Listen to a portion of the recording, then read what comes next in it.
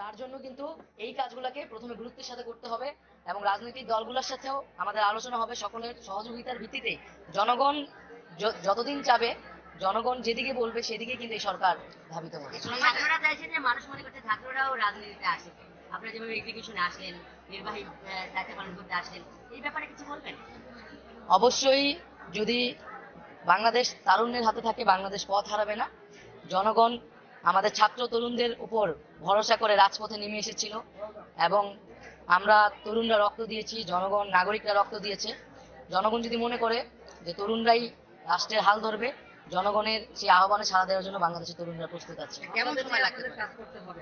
আপনাদের নিয়েই আপনাদের একটা বড় সমস্যা কিন্তু সবসময় থাকে, সেখানে কি আপনাদের সংস্কার বা কোনো কিছু চিন্তা আছে? অবশ্যই, এখানে আমলাতন্ত্রের জায়গাটি সংস্কার ছাড়া তো রাষ্ট্রের এই কাজগুলো আগানো যাবে না।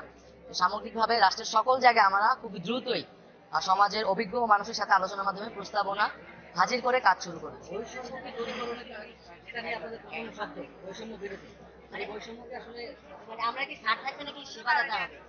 অবশ্যই স্যার হবে না, আমরা সেবা দিতে এখানে এসেছি, আমাদের প্রতিশ্রুতি পূরণ করতে এসেছি।